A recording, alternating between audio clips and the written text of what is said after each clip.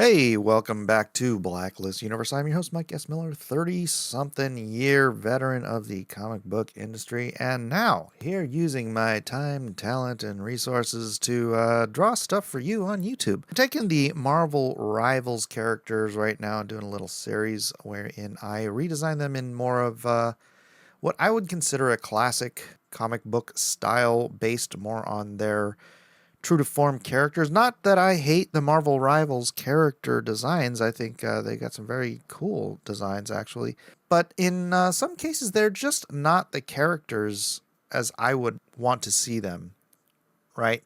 I don't know if that's the right way to say it. They're not, they're very stylized, and not in what I would consider even really a Marvel comic book style. They're stylized in sort of a manga, anime, what I call mech tech style, where they're taking sort of a lot of influences from Japanese design and sort of shoehorning them into the Marvel universe to make, it's a fun, cartoonish play on the whole thing, which I get it. They're, inspired by like Joe Madureira and John Boy Myers, those guys. They take comics in that direction, or Joe did in the past, and John Boy does now, and it's great. I love their work, I do, and it was a huge influence on a lot of guys, Roger Cruz, et cetera, et cetera, et cetera, back in the day. But I'm a little bit more of a traditionalist, and while I do enjoy, sort of techizing some of the tech that they wear, instead of going like sort of the super uber real whatever, I still think like making everybody these Hulk sized characters. What's the point in having the Hulk if everybody's the Hulk? I don't know. Maybe that's one way of thinking about it. I mean, you want to have some variety in there so that, different characters. Heck, they made Wolverine. You know what? Without getting into all that, let's just focus on the Punisher. They Hulkized the Punisher in this. Maybe I should show a picture of it. But they made him huge, hulking. They used that modern skull. I just can't stand the modern skull that they use. Because somebody got butthurt that police and soldiers were wearing the Punisher logo. Man, that's like the best free advertising you could ask for. You've got people out there fighting the good fight, protecting our citizens, and they're wearing the logo for your character. And what does Marvel do instead? They get rid of that logo and they give him some weird demon horned skull as a logo. You're changing the entire brand of your character because police officers are wearing the Punisher logo. What is the deal with that? I know Punisher is like an anti-hero, but that is so literally anti-hero. It's like Marvel has so lost its way. They forgot who their characters even were, and they forgot what good marketing is. I mean, that is free marketing. What are you, nuts? So while, yeah, I am using a little bit of the ideas from the Marvel Rivals Punisher design, like with the grenades and the shoulder padding and stuff, I was trying to take it in a little bit more realistic, a little bit more grounded sort of design. Like he had his grenades like on his shoulder next to his face, which, I mean, you can put them there. I suppose it doesn't really matter if your grenades get shot, you're gonna blow up anyways. But for something about putting them right in your face, facing towards your face, it felt weird to me. So I I moved them down to his arm.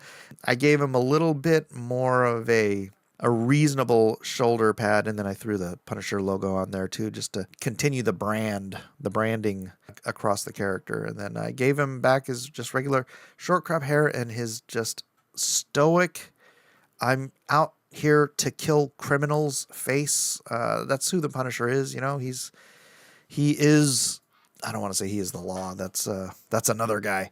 But he is justice when the system will not be. And so, that's his brand. That's who he is.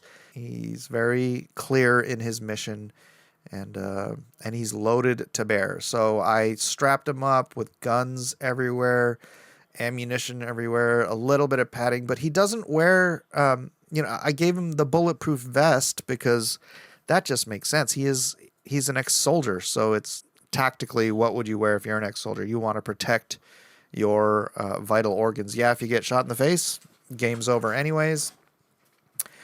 He's front forward, so he's got some shielding on his shoulder, his front forward shoulder, front facing shoulder. That would be his left arm, and that makes sense. I gave him a little reduced knife there, so it's one of those, one of those cool like grab it and stab it knives. I don't even know the name of these things, but I think they're cool. And I sort of stuck to the basic, tight black. I didn't want to give him, obviously, I'm not going all the way back and starting from scratch with the original Punisher costume, which is basically, a skin tight black bodysuit with white boots and a big skull on it. Yeah, I mean, he was designed to look and fit in with the Marvel superhero world. The Punisher that the world knows now is a little bit more grounded thanks to, media, TV, movies, and whatnot.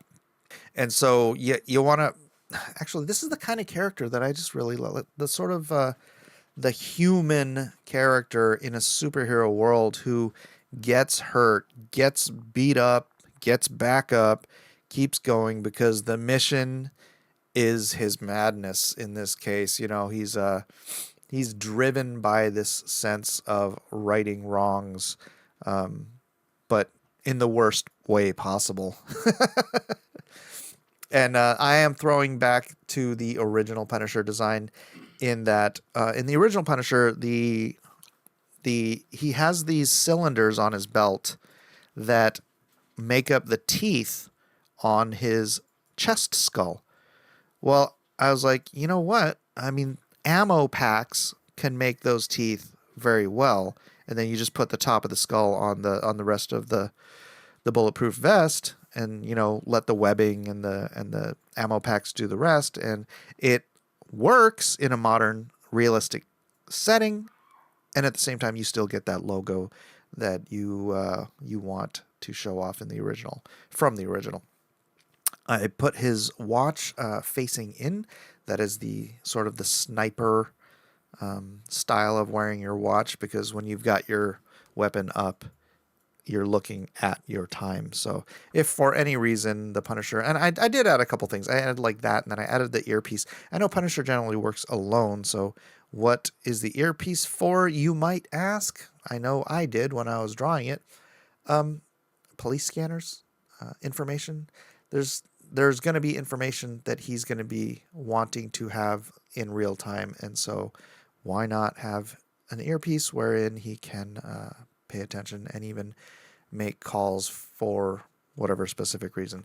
And you'll notice here I swapped out the shotgun, because at first I was going to do, you know what, I know what a shotgun looks like, and I'm just going to make this. And I'm like, you know what, I need a real shotgun and I need a cooler shotgun. So I had to stop, look up some reference for a really cool shotgun, and then redraw it. And this is what this actually took me probably 2.5 times as long to draw as my average video, because not only because I started this on Drawn and Quartered, which is my weekly drawing show where me and my professional friends get together and draw live every Wednesday, but also guns and tech take bloody forever, especially picking I could have picked a much simpler shotgun, but it just would not have looked as cool, and I wanted to go for the cool factor on this. I don't know why. I'm just a victim of my own stupidity at sometimes, but I hope I hope it's worth it. The extra, it probably took me a half an hour just to do this shotgun. I think it was worth it. I think it came out looking really cool. And I know you see how slow it goes here. This time lapse is like 8x actual speed. So imagine how long you're sitting here watching me draw this in real time. You would have fallen asleep. But again, the rule of cool, you got to stick it out and do what you think is right for the piece. And I hope you appreciate it. If you do appreciate it, the amount of time I spent putting this together, please do subscribe to the channel. I'd love to get up to 100,000 subscribers someday, and you'll be able to say I was one of the first 13,000. I'm over 12,000 now. So it's Friday the 13th. You'll be one of the first 13. There's something important about that number 13 right now. And why don't you go ahead and subscribe to the channel real quick while you're watching, and you can be part of the uh, the mighty 13K. Or something like that. I don't know. I'm just trying to build this channel up so that I can do bigger, better things with it, and continue to bring you these videos, and just hope that you like them and share them. And you know what? Go tell somebody if you know anybody who's interested in content like this. Just let them know what I do here, and yeah, spread the word. Spread the word, my mighty 13. It's gonna be a thing now, isn't it? Oh, gosh darn it, I forgot. So when I was recording this, all of a sudden, I had to take a break, go do something, and I came back and I had to reset my OBS. And then when I was recording it, one of the OBS screens was on top of the rest of the drawing. And so that entire section you saw, you didn't get to see me ink the legs and the boots and all that stuff. I had to cut all of that out because there was a big old box on top of the entire thing. So it jumped straight to me doing the coloring, which, as you guys have seen on my other videos, the tint tone hue, I dropped in a dark, slightly bluish gray to do the base color, because I knew that his overall color is going to be black, and you can't do black over black. You have to do another color that ideally fits with the blacks. Most people just use blue, but or at least back in the old days, it's like when a character was black, it was like you have the black fill-in shadow area, and then the rest of it is blue, and that's supposed to be black. I don't really know why they did that. It's not like they didn't have gray back then, right? It's like black's not supposed to be blue, but first, I don't know, for some reason that was comic book logic. Black was blue, or blue was black, something like that. Anyway, so I use the gray, and then I go in here, I drop the first initial tone layer, and then I go out and around it, and I do the X size of the light source, and then I do a tertiary layer, which is the tint, which is a, you know, the lighter version. It's a 25% white opaque layer, which I delete out all the shadows, and then I go in and I delete out an extra layer, which gives the 3-tone shaping that goes around. It gives everything that layer of depth that you need to give form to a 2D object. So it's like you have a highlight, and then you have a mid-tone, and then you have a shadow. And you'll notice on the face, I actually gave him a secondary light source from behind. You can see it on the arm there too.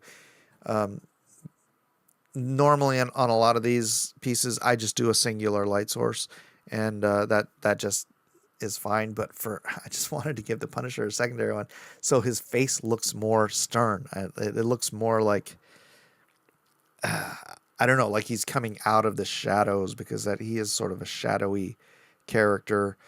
I think it works. So then I go in after the fact. I'm glad he's not like super colorful, and I had to do a whole bunch of different colors, but you know, I did the skin tones, then a few slightly variations on gray, blue for so it's just not all one consistent color all the way through. I even did a little brownish gray for like some of the tones, and or actually like on the chest piece here, I just went with a no cool, no warm, just straight gray. And then I threw back to the original Punisher design, because I did want it to feel like the Punisher, and I gave him those white elements that, you know, initially it's to bounce off of the white logo on his chest, right? It's white and black, which tactically doesn't make a lot of sense, but it makes it feel so much more like the real, actual, original Punisher character, that I think it's a really successful take on sort of modern, using some of the mech tech ideas that they have in Marvel Rivals, so it sort of would fit into the game, but at the same time being sort of grounded in the media version of the Punisher that people are familiar with today. So it's a little bit of the old, it's a little bit of the new, it's a little bit of the tried and the true. I think it works. Somebody in my Discord said this was the best thing I've done so far. Let me know what you think in the comments section below, and let me know what characters you want to see next. I think I'm supposed to do Black Widow next, but if you want to see something else, then yeah, brigade me in the comments section. Let me know. Like, subscribe, share, and hopefully I'll see you guys all on the next video.